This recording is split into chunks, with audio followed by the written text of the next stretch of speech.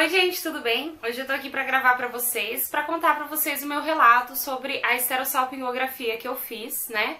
Um vídeo muito aguardado, vocês sabem que teve um atraso no vídeo que eu... Aliás, no exame que eu ia fazer. Olha meu cabelo, gente, eu dormi com ele molhado, ele tá meio doido. Porque eu tinha agendado e assim, tem um dia certo, eu vou até explicar pra vocês. Tem um dia certo pra fazer o exame. E bem no dia que eu ia fazer, a máquina tinha quebrado 2 dias antes e não ia consertar a tempo, então ficou para um ciclo seguinte, que foi o ciclo passado. Então eu vou explicar para vocês basicamente o que é esterosalpingografia e depois eu vou contar o meu relato. Então, para que serve o exame de esterosalpingografia? Como a gente coloca o contraste lá, né, o médico, no caso, ele coloca um contraste e ele passa pelo útero e vai pelas trompas, é pra gente ver como que tá anatomicamente falando o formato do nosso útero, a permeabilidade das trompas, etc. Por exemplo, como eu já falei aqui pra vocês, né, já tem vídeos sobre isso aqui no canal, a gente tem algumas anomalias uterinas, né, que são estruturais mesmo, que a gente chama que são anatômicas, né. Então existe útero bicorno, útero unicorno, útero de Delfo, útero septado, arqueado. Então, assim, essas variações anatômicas no útero, elas podem sim dificultar, né, ou talvez até impossibilitar a gravidez. Então, é importante que a gente saiba. Outra questão também é a permeabilidade das trompas, né, porque elas têm que ser permeáveis para que o espermatozoide, né, o óvulo consiga descer as trompas, encontrar com o espermatozoide e eles consigam prosseguir até o caminho que eles têm que fazer, que é até o útero para fazer a implantação. E também a posição das trompas pode dificultar a gestação também, né? Que aconteça uma gestação. Por exemplo, se elas forem muito elevadas, se elas estiverem numa altura diferente do que seria o mais comum, pode ser que dificulte um pouco ela captar aqueles óvulos dos ovários. É lógico, gente, que nada é impossível, né? A gente já viu vários casos, inclusive a ciência está muito avançada, tem muitas coisas que podem ser feitas, né? Que não é o caso que a gente vai falar aqui no vídeo. E também, claro, na nossa fé, né? Mas eu tô passando pra vocês quais são as dificuldades, né? E pra que esse exame é feito. Outra questão também que é vista é a obstrução da trompa. Se você tem uma trompa obstruída, dificilmente você vai conseguir engravidar ovulando pelaquele lado, por exemplo, ou utilizando aquela trompa. Então, é uma coisa que se consegue ver também. Então, a esterosalpingografia é um exame muito bom, muito importante. Muitas mulheres têm feito nessa jornada de fertilidade. E eu indico, assim, se caso o seu médico não tenha pedido esse exame, converse com ele a respeito, né? Você não tá conseguindo engravidar, ou até se você tiver algum problema até de abortamento, porque às vezes você tem um útero com uma formação diferente, e isso pode estar causando abortamento e tal. Converse com o seu médico para fazer esse exame. Então agora eu vou falar pra vocês quais foram os procedimentos burocráticos para eu fazer esse exame, né? Muitos lugares, aqui em Maringá tem a maioria, né? Na verdade tem um lugar só que aceita a Unimed, né? Que faz esse exame pela Unimed, os demais fazem particular. Para eu fazer pela Unimed, foi feito o pedido através do meu médico e ele foi incrivelmente liberado na hora, porque normalmente meus exames, eles não são liberados na hora, eles vão para análise, porque eu faço muito exame e tal, aquela coisa toda. Mas se acontecer isso com você, mesmo que você não faça muitos exames, por ser um exame diferente e tal, pode ser que ele vá para análise do seu plano e tal, e tudo você deve ter que fazer a liberação com a Unimed e tal, ou com o plano de vocês, que daí isso é uma particularidade de cada plano de saúde, né? Em particular aqui em Maringá, na clínica que eu fiz, que chama Radios Clínica, eles só fazem esterosalpingografia com uma cânula específica para a esterosalpingografia. E depois eu vou explicar para vocês a função dela e tudo, né? Então, o que acontece? O meu processo aqui foi o seguinte: eu tive que ligar lá, marcar, já estava com o exame liberado, aí eu tive que ir lá pegar uma folha, que é um pedido médico feito lá pela própria clínica, né? Pedindo essa cânula para fazer esterosalpingografia, e a Unimed teve que liberar essa cânula. Eles liberaram, ok, fiz o exame. Então, como que foi o exame, como que ele é feito? E depois eu vou explicar a diferença, né, da esterosalpingografia que eu fiz e algumas outras que eu já ouvi falar e até conseguir ter conhecimento na própria clínica para poder explicar para vocês, tá? Bom, é marcado um horário, é importante que seja feito antes do período fértil, por quê? Esse exame ele tem riscos para uma possível gestação.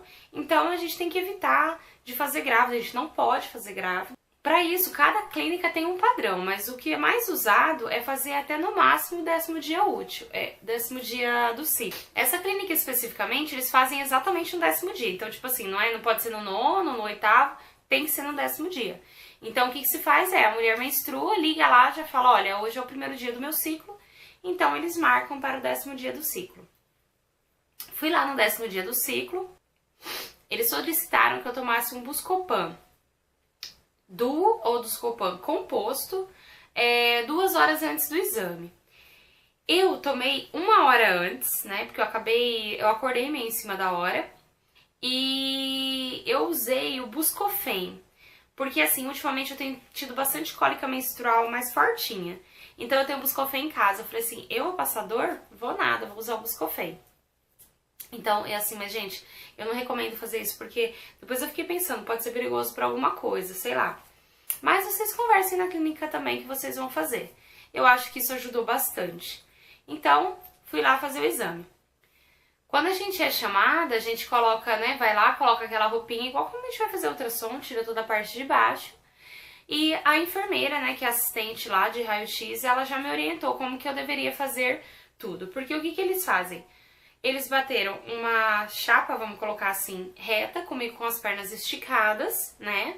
Isso depois de colocar o contraste, depois eu conto essa parte. E a outra eu tinha que fazer uma rotação de quadril. Então, como seria a rotação de quadril? Eu dar uma levantadinha, vamos dizer assim, levantadinha numa nádega de um lado. Pronto, bateu. Dá uma levantadinha da outra nádega. E eles baterem, né? Pra dar fazer uma rotação de quadril, para eles poderem fazer a chapa, que isso é importante para o exame. Então aí eu fui lá, ela me orientou sobre isso, aí o médico chegou, eu fiquei em posição ginecológica, ele colocou através dessa cânula que foi comprada pela Unimed, ele injeta o contraste. Então assim, dor, o que eu senti? Não foi nem ardência, eu vou dizer, como se tivesse esquentado, como se estivesse queimando um pouquinho o útero, sabe? Eu senti meio que uma coisinha assim, só que foi, gente, coisa do tipo assim. Conta até 6 devagar. 1, 2, 3, 4, 5, 6. 6 segundos. E daí eu não senti mais nada, gente. Super de boa. Sobre a dor, o que eu já li sobre isso, o que eu já vi de relatos essa cânula, ela impede realmente, assim, ela diminui muito a dor que você pode ter, diferente do outro método, que depois eu vou explicar pra vocês. E também, o fato de eu não ter a trompa obstruída é uma coisa, porque normalmente a pessoa que sente muita dor, ela tem algum tipo de obstrução, alguma coisa, vamos dizer assim, errada, e que acaba causando essa dor. Claro, pode acontecer de a pessoa usar essa cânula, não ter obstrução e sentir dor. Porque também, gente, eu falo que dor é uma coisa muito pessoal, tem pessoas que sentem mais, tem pessoas que sentem menos. Eu acho que o preparo com o Buscopan é importante, então eu acho que ajudou bastante também, pode ter sido isso também. As mulheres que relatam também que tomam Buscopan, porque tem clínicas que não falam nada. Então a pessoa vai lá, tipo, livre, leve, solta, sem ter tomado Buscopan e acaba, né, sentindo essa dor. Fora que talvez o medo, né, uma coisa assim que a enfermeira falou, olha, fique bem relaxada. Eu sou muito tranquila pra isso, eu sou uma pessoa bem relaxada nesse sentido. Só que tem mulheres que ainda tem assim um pouco de constrangimento, um pouquinho já de medo, né? Aquele medo de ter a dor. Então a parte de você estar relaxada também, eu acredito que ajuda bastante pra você não ter dor. E principalmente assim, gente, não vá com essa ideia de que dói, essa coisa toda, porque isso te dá medo, porque tem pessoas que acabam colocando muito medo nas outras, né? Falando, nossa, doeu demais, tal. Mas é aquela coisa, dor é pessoal, né? Outra coisa também, gente, várias pessoas me perguntaram, depois que eu fiz o exame, né, se eu senti dor depois. Depois eu não senti absolutamente nada.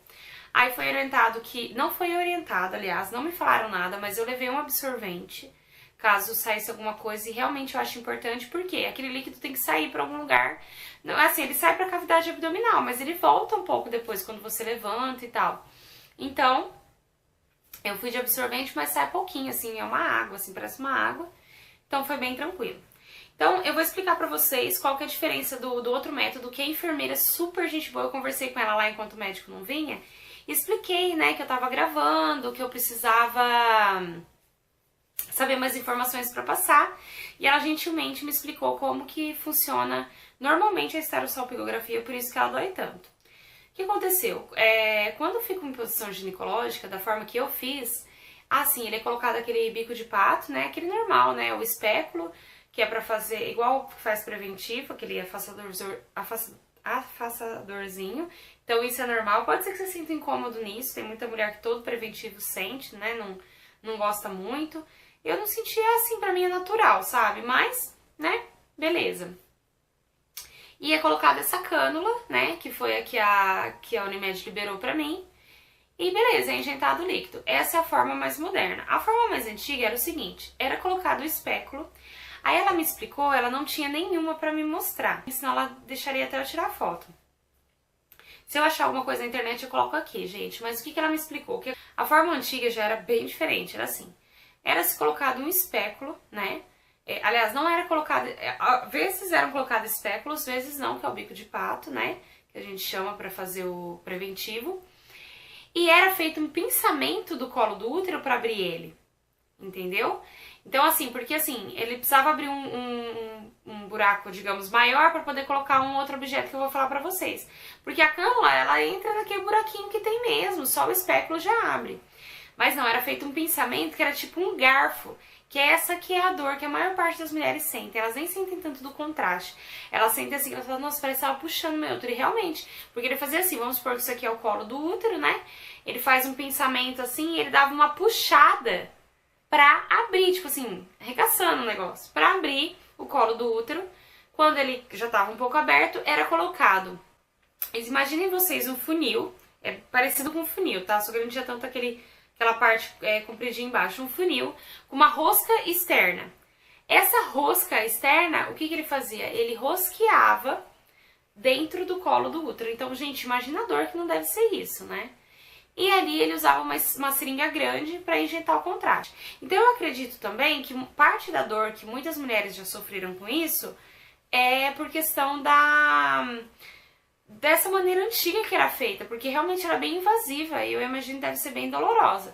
Então se você tem medo, tal, tenta se informar uma clínica que faça com esse instrumento, tente liberar para o seu plano de saúde. Às vezes, se você for pagar um valor à parte, talvez não seja tão caro. Não sei, cada um tem uma realidade, mas vamos supor, seja uns R$300. Então assim, nem que você esperar mais meses pra fazer esse programa pra fazer, já que você tá com tanto medo da dor, porque eu acho muito importante esse exame. Então, basicamente, sobre a esterosalpingografia é isso. Eu vou mostrar pra vocês o laudo da minha, né? Vou ler pra vocês o que foi, né, o que tá escrito aqui, o que foi dito. Tá escrito assim, ó, útero em situação anatômica. O que é situação anatômica? É uma situação certa, é normal. Normalmente, o que é anatômico e fisiológico é normal, tá? Volume uterino dentro da normalidade. Então, ok. Cavidade uterina de forma, contornos e capacidades normais. Ok. Trompas permeáveis, que esse que é o objetivo, né? A trompa tem que ser permeável para que possa caminhar lá as células e depois o óvulo fecundado para descer para o útero. Com calibre e contornos normais, que tem isso também, tem trompa que é finíssima, né, que ela não tem a calibragem que seria normal, né, então isso também dificulta. Contraste livre na cavidade peritoneal, ou seja, ele passou o contraste e ele foi embora, ele passou, então, aquela obstrução, né, que eu tinha, na verdade, assim, era uma leve obstrução porque tinha um buraquinho ainda, ela não existe mais, ela foi aberta, então, ela tá passando o contraste normal. Agora, o que, assim, falando do meu caso, o que a gente não sabe é se ela vai funcionar normalmente. Isso não tem como ele saber pela esterosalpingografia, mas só de saber que ela já está aberta, já é uma grande coisa, né? Então, eu levei pro meu médico, eu queria ter ido no meu médico também primeiro, porque eu fiquei até estranha. Eu falei, nossa, gente, tá normal já. Eu fiquei, né, meio na dúvida se era isso mesmo. E eu falei, vamos ver o que meu médico vai falar. Ele olhou as imagens, eu vou mostrar as imagens aqui pra vocês, gente, mas... não dá pra entender muita coisa, não. Eu, pra falar a verdade pra vocês, não sei nem explicar o que é isso aqui. Não dá pra ver, né, gente? Não dá pra ver nada. É assim, gente, é um raio-x que eles fazem. Que daí aparece o contraste saindo e tal. Eu nem fiz muita questão de interpretar. E meu médico falou que tava tudo absolutamente normal e vida que segue, é só tentar, né? Então é isso, gente. Eu adorei, né, poder compartilhar com vocês. Se vocês tiverem ainda alguma dúvida, coloquem aqui nos comentários, eu respondo pra vocês. Se eu não souber, eu procuro dar uma pesquisada pra responder. E é isso, gente. Se vocês gostaram do vídeo, dá um like, compartilha esse vídeo também, gente, que eu acho importante chegar pra mais pessoas. Quanto mais relatos, principalmente positivos, e também explicações, né, sobre o exame tiver, melhor, né, pra ajudar a coleguinha, né? Então é isso, gente. Tentantes e amigas, não esqueçam que a vontade de Deus é boa, perfeita e agradável. Um grande beijo e até a próxima!